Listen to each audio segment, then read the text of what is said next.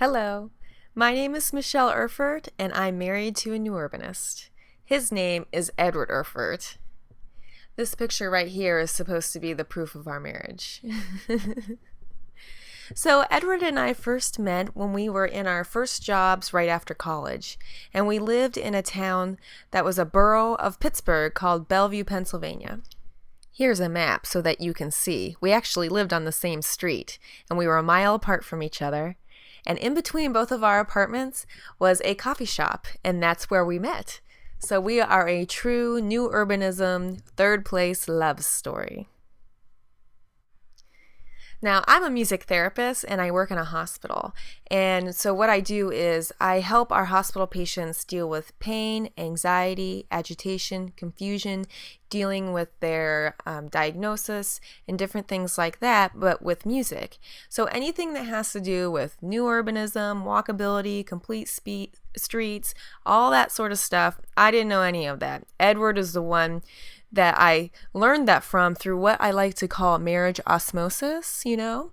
You learn those things from your loved ones, and it's totally changed my life because I'm noticing that I just am like hyper aware of my environment at all times. Edward loves a lot of things. He loves Google Maps when they're in the satellite function. Are there any new urbanists watching this? Do you love maps in the satellite function too?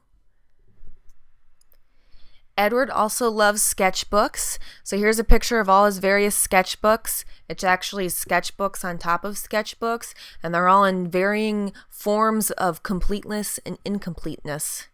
I don't know. Are there any new urbanists out there watching this? Do you like sketchbooks?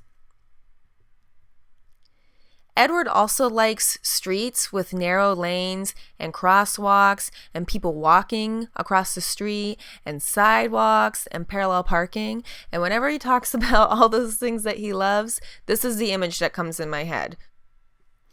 So we live a block away from our grocery store, and like a good new urbanist, one day I was walking to the grocery store and I was crossing the street to get there and I was hit by a car. And luckily, people stopped to help me and they came up to me and they said, "Oh, who can we call? Can we call your husband?" And I said, "No, you can't. He's in Denver at CNU 17." And then I was in the ambulance because, if you get hit by a car, you probably should go to the emergency. Luckily, I ended up being okay. But I'm sitting in there and I'm with the EMT and I was shocked and I was scared, and all I kept saying over and over again was, "My husband is going to be so mad that this happened to me. He's going to be so mad that this street made me get hurt."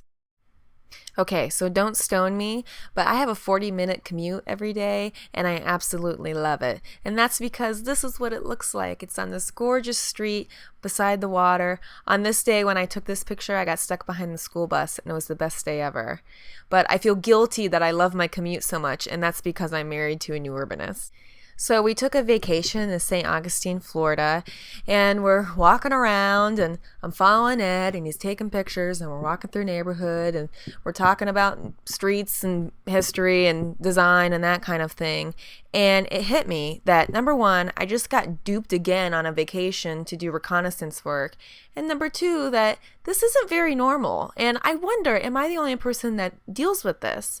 So Edward writes a blog called The Restless Urbanist, and I decided to take our vacation photos and put them on there and do a post about being married to a new urbanist. And this is what the first collage looked like. One of these things is not like the other. One of these things just doesn't belong. Can you guess which thing is not like the other before I finish my song? I took one of these pictures. Can you guess which one it is? That's right, the one with people. Actually, in all honesty, Edward did take this picture of a person, but it was because I begged him. And then when he took it, he said, "Yeah, stand against this wall. Your shirt's the same color," and that would be kind of cool. So when the post started going up on the blog about being married to a new urbanist, two things happened that were pretty crazy. Number one, people actually read them. And number two, people left comments about them. It takes a special person to put up with an NU spouse. Mine goes crazy when every vacation has at least a day of seeing NU places, especially when I start measuring street widths. That's from John Olson from urbanlandscapes.info. But it wasn't just the new urbanists that were commenting on these posts. We got this one. Question your end-use motives for suggesting a vacation spot. We spent our honeymoon on Martha's Vineyard, which unfortunately has walkable streets, historic buildings that are oriented to its center, face the street, and aren't afraid to be both lived in and serve as a vibrant storefront. And oh, there's some ocean there too. And that's from Mrs. Erin Dowdy. She is also married to a new urbanist. Now, there are some big advantages to being married to a new urbanist, don't get me wrong.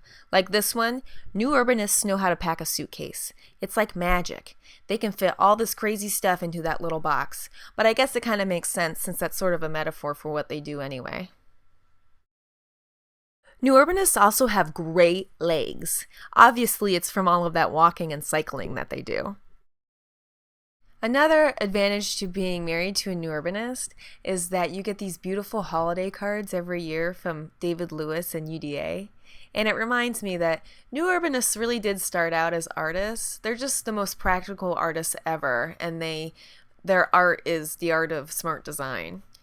So, on behalf of the spouses who are married to new urbanists, I'd like to say to you, the new urbanists, we know you've got your quirks, and we love you anyway. And to all of you out there who are married to new urbanists, you are not alone.